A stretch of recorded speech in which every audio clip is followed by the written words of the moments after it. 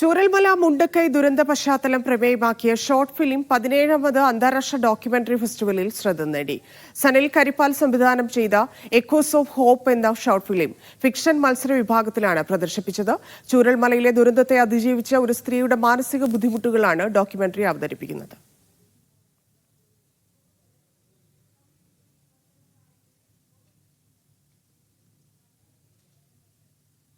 മലയാളികളുടെ മാത്രമല്ല, മനുഷ്യരുടെ ആകെ വിങ്ങലാണ് ദുരന്ത സമയത്ത് ചൂരൽമലയിൽ നിന്നും ഉയർന്നു കേട്ടിട്ടുള്ളത്. ദുരന്തത്തെ ഒറ്റക്കെട്ടായി കേരളം അതിജീവിക്കാനുള്ള ശ്രമത്തിലാണ്. കുടുംബം ഒന്നാകെ ഒലിച്ചുപോയ മനുഷ്യർ ഇപ്പോഴും ചൂരൽമലയിലുണ്ട്. അത് ചിത്രീകരിച്ച് അന്താരാഷ്ട്ര ഡോക്യുമെന്ററി ഫെസ്റ്റിവലിൽ പ്രദർശിപ്പിച്ചിരിക്കുകയാണ് സനിൽ കരിപ്പാൽ എന്ന സംവിധായകൻ. പ്രിയപ്പെട്ടവരുടെ നഷ്ടങ്ങളുടെ ആഘാതത്തെ മറികടക്കുന്ന ഒരു അമ്മയിലൂടെയാണ് എക്കോസ് ഓഫ് ഹോപ്പ് എന്ന ചിത്രം പുരോഗമിക്കുന്നത്. 2023 മികച്ച നടിക്കുള്ള സംസ്ഥാന സർക്കാരിന്റെ പുരസ്കാരം നേടിയ ബീന ചന്ദ്രനാണ് പ്രധാന കഥാപാത്രമായ രാധമ്മയായി എത്തുന്നത്. കുറേട്ട് വളരുമ്പോ അവരുടെ പാട്ടിന് പോവും. പിന്നെ കുട്ടികളെ കുറിച്ച് ആലോചിച്ചിരിക്കാൻ നല്ല സുഖ.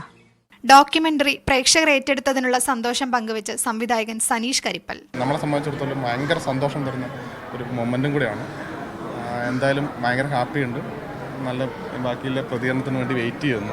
ഡോക്യുമെന്ററിയുടെ തിരക്കഥയും സംഭാഷണവും നിർവഹിച്ചത് തിരുവനന്തപുരം സെൻട്രൽ ജയിലിലെ deputy prison officer Santhosh Perali. അതായത് ഏത് പ്രകൃതി ദുരന്തങ്ങളും വ്യക്തികളിലാണ് ഏറ്റവും കൂടുതൽ ആഘാതം സൃഷ്ടിക്കുന്നത്. അതേപോലെ തന്നെ അവരെ ആശ്രയിച്ച് ജീവിക്കുന്ന മറ്റ് ജീവജാലങ്ങളിലും ആഘാതം റിഫ്ലക്റ്റ് ചെയ്യാറുണ്ട്.